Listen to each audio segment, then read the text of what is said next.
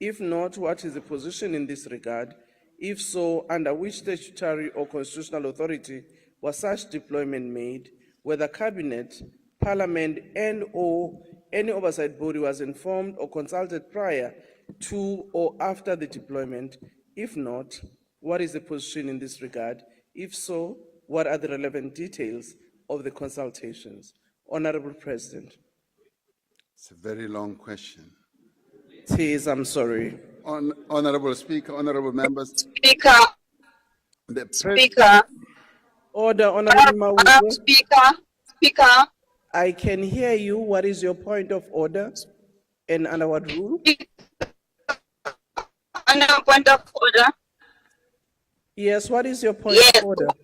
Who is the leader of the opposition? I think you Unfortunately, forgot to Honorable mention that. Honorable Mawude, I'll suggest that maybe you forward your question or your point of order to any of your member because we cannot hear you properly. No, it's none of a business. It's none of anyone's Order. business anyway. Honorable Sienesen. Madam Speaker, as the former leader of the opposition, Hey. I'm a bit worried about who my successor in title is in this house. How to? Honorable members, order. How to? Let me explain, honorable members, that once the speaker has been appropriately informed of members of parliament and their responsibilities by their parties, we will accordingly advise. So for now, we have not been advised. Order, honorable members of MK, order. We have not been properly advised as to any changes, if any. I would allow the president, I'm sure he has taken a little bit of a break, to then answer this long question asked to him. Mr. President. Honorable Speaker, the President is not responsible. Honorable Speaker. Honorable Reddy. Honorable Reddy. Speaker, I'm not sure what rule Order. the member, the Honorable John Steenhuisen, stood up on. Honorable Because it is a Steenhuisen. procedure of the House that members Honorable- must indicate the Honorable rule Reddy. on which they raise. Order. I will not entertain your point of order because it is not a point of order and it's irrelevant. Mr. President, can you please proceed? Honorable Speaker, the President is not responsible for the authorization of the deployment of the South African Police Service Special Task Force or National Intervention Unit. Such deployments fall within the statutory and operational authority of the National Commissioner of Police of the South African Police Service. I have consequently not authorized any deployment of these teams either to Richards Bay Minerals or to any other place. Ke tlhalose sentle ka Sesotho gore mopresidente a se ena o etsang di-deployment tsa mapodisa. Di-deployment tsena di etswa ke National Commissioner ya mapodisa. Ke phetho. Thank you, Honorable Speaker. Thank you, Honorable President. I'm informed that Honorable Mlife will take the question as a supplementary question. Order. Speaker, Honorable Steenhuisen must focus on his first-year studies first before. Order. Honorable member, can you proceed with the question? Yes. Yes. Mr. President, given your answer, Order. You are taking the time of the president, and when the time lapses, some of you are going to have a problem because I will release the president. Honorable Mlife. Mr. President, do you concede that any deployment of specialized police or military units to protect the interests of private corporations such as Richards Bay Minerals, even if it was not done by you, but without parliamentary notification or oversight, constitutes a misuse of state security resources, and it is a violation of the principle of accountability under sections 41(1)(c) and 199(7) of the Constitution? If not, on what constitutional or statutory basis do you justify the use of state force in defense of capital interest, of private capital interests? Thank you. Thank you, Mr. President. The South African police execute their duties and functions in the protection of the people of South Africa and also the protection of the properties of the people of South Africa, including the various entities that operate businesses to drive our economy forward. And this is the task of the South African police. And where they believe that action needs to be taken, the National Commissioner is the one that directs that action should be taken. Thank you, Honorable Speaker. Thank you, Mr. President. The second supplementary question will be asked by Honorable F. Hassan. Thank you very much, Honorable Speaker. Mr. President, thank you for that comprehensive answer and for clarifying this matter to the nation. It's okay, I know it must be difficult to be in opposition. I'm protecting you, Honorable Hassan. Can you please Thank proceed? you. President Ramaphosa, stability is critical for investor confidence and economic expansion in the mining sector, including companies operating along the Richards Bay corridor, which is essential for exports, contributes to the local economy, municipal revenues, and of course, household incomes. Given the sensitivity and exposure to economic risks of such corridors, from extortion rackets and other criminal syndicates, what government interventions are put in place to stabilize these high-risk economic nodes in the national interest? I thank you. Thank you, Honorable President. The South African police often does assessments of risks and dangers that the people of South Africa, including companies that operate in our country, are exposed to. And on the basis of such assessments, they are then able to deploy resources and also are able to set up teams, be they task teams or whatever type of teams, to intervene, to ensure that there is stability, that criminality is brought to an end, be it criminality of a fraud nature, corruption nature, or even extortion nature. They then deploy the teams that have the skills and the capabilities of dealing with such. Now, quite often, a number of our people, either as individuals, groups of individuals, institutions, as well as companies, will raise concerns about instability, acts of criminality in areas where they operate. And when those concerns are raised, they are passed on to the police. The police, therefore, are able to do an assessment and then to take action. And at all times, the police, in doing their work, focus on the safety of South Africans, but also on ensuring that we create a conducive environment in order for us to grow our economy and to create jobs. It is therefore important, whether it's in mining areas, township areas, rural areas, that the police are seized, continue to be seized with their task of ensuring that we live in a crime-free environment which is stable, which enhances economic investment and economic growth and job creation. That is the task of the police. And when a National Commissioner of Police, having assessed the situation, working together with his other commissioners, be they deputy commissioners, provincial commissioners, once they have made that assessment, they then are required to take action, to deploy resources, and to make sure that they curb acts of criminality of whatever nature. That is their job. And the executive supports them. It supports them in doing their work and should have oversight. Parliament should have even greater oversight through its various committees and the National Assembly and the Council of Provinces, So we have an interconnected responsibility, all of us, to deal with the challenges that our country faces.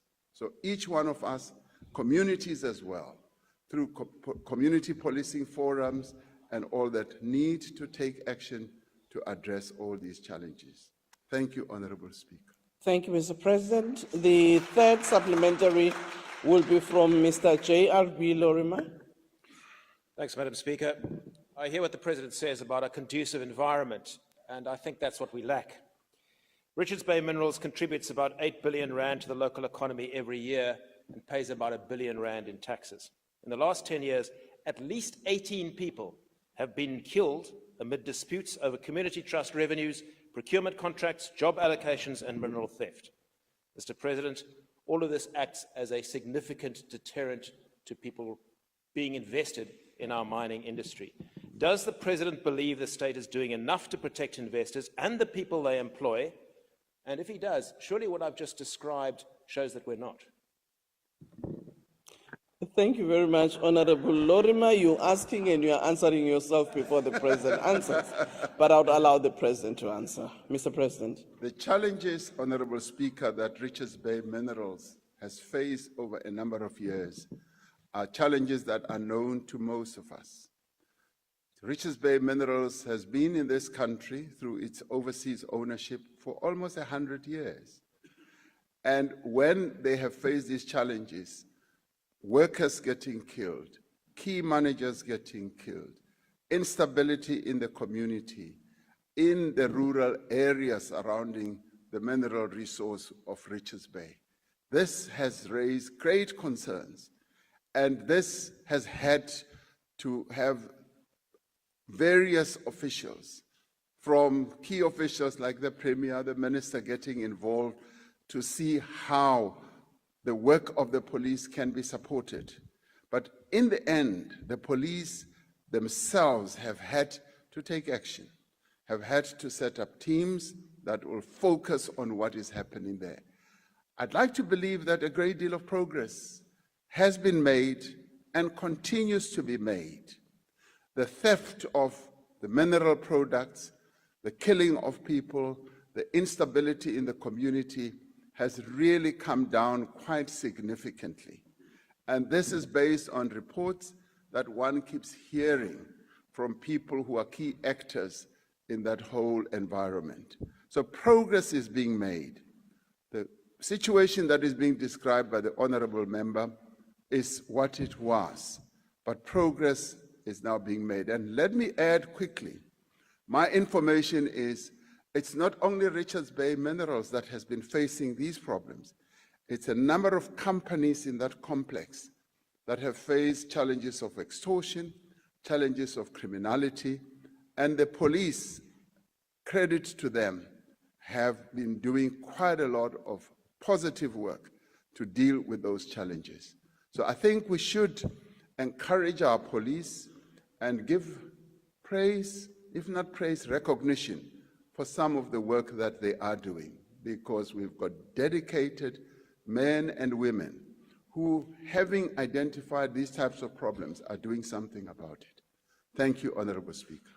Thank you, Mr. President. The last supplementary question on this one will be asked by Honorable Carl Niels. Thank you, Honorable Speaker. Mr. President, you say that you do not deployments of this nature. But can you confirm whether you have since instituted any investigation to determine whether the Commissioner of Police had actually authorized the deployment of the Special Task Force and National Intervention Unit in the light of the disturbing revelations by Lieutenant General Nhlanhla Mkhwanazi? Mr. President, you are a man of influence who knows how to pull strings. Can you state whether you, any member of your family, or any of your close associates currently or in the past had any relationship or business dealings with executives, board members, or shareholders of Richards Bay Minerals or its parent companies? And if so, whether this influenced or created the perception that state security resources... Honorable member, your time is up. private capital. But can I also advise the honourable member that you have moved beyond the original question in your supplementary? So, Mr. President, you will respond to the supplementary in relation to the question. I thank you. Thank you, Honorable Speaker. Richards Bay Minerals is known to me. I used to be the General Secretary of the National Union of Mine Workers, and we organized workers at Richards Bay Minerals. So I've known about that company and some of the officials and managers. I don't know the current ones. I must say, though, I met the executive global chairperson at Davos a year or two ago. And he told me about the challenges that they are having. Now, what was concerning to me about that encounter which I had with him in Davos was that they were saying, we've been in South Africa for so long, and the challenges that we are having of criminality and our key workers and managers being killed is now tilting towards us reconsidering our presence and investment in South Africa. That concerned me. And it is that we then said, the criminality that is happening in Richards Bay Minerals does need to be dealt with. And the police must deal with it. The National Commissioner must deal with problems like that. The president does not get involved, will never say, go and do ABC. The president will say, go and do your work. And your work is to make sure that people don't get killed, products don't get stolen, and there is no instability in the community, because he even briefed me about that the shareholding processes and structures were leading to instability, infighting in the community and all that. Now, all that is unknown to me, but there are people who must deal with those issues. And all one would say is, we create an environment for you to do your work. Go ahead and do it. So you want to know whether I know about Richards Bay Minerals? Yes. I've known about Richards Bay Minerals from 1982, when I started to organize mine workers at Richards Bay Minerals. Thank you. Thank you, Honourable President. We are now moving to the third question asked by Honourable Ntuli. The question is, in light of the fact that the Republic is hosting the G20 summit, whereupon the President commissioned a G20 global report on inequality amid macroeconomic fears that global wealth and income inequality, which are already very high, are set to increase sharply. What are the envisaged outcomes that the Republic desires from the G20 summit that will reform the global financial architecture and address some of the challenges that hold back the economic growth and development of many of the developing countries, especially in Africa? Honourable President. Honourable Speaker, South Africa's G20 presidency is being held, as we all know, under the theme Solidarity, Equality and Sustainability. This is a theme that has been so broadly embraced by many countries that are participating in the G20 process. And in line with this theme or principles, we are working to foster a more stable, a more effective and resilient international financial architecture. The envisaged outcome of the G20 Leaders Summit, which will be held later this month, include agreement on strengthening multilateral development banks, such as the World Bank, the IMF, and the African Development Bank. This builds on the work that Brazil did when they were president of the G20, on a roadmap to make these institutions much better, more effective in helping countries to meet their sustainable development goals. We expect the summit to make a clear political commitment to address debt vulnerabilities that low-income and middle-income countries are suffering under at the moment. We want to see the issue of the cost of debt being addressed, because many countries are having to spend the income or the revenue they have largely to pay back debt and not to advance their people's developmental needs such as education, health, and many others, and infrastructure. These debt vulnerabilities contain their fiscal space, their ability to address poverty and inequality, and their capacity to invest in growth and development. The Johannesburg Leaders' Declaration, as we will call it, is expected to include a commitment to further strengthen the implementation of the G20 Common Framework for debt treatments in a predictable, timely, and coordinated manner. Now, we are hoping that we will have a declaration. If not a declaration, we will have a declaration by sufficient consensus. And if not that, we hope that the chairman's statement will be able to encompass the various consensus points that have been reached during the course of the whole year as we have held various meetings around various sectors. This declaration will urge the international community to support vulnerable countries with a strong reform agenda whose debt is sustainable, but there are countries that are also facing liquidity challenges. Now, related to this, the summit is expected to support efforts to strengthen the global financial safety net and enhance representation of developing economies in the major and key decision-making centers of the international economic and financial world.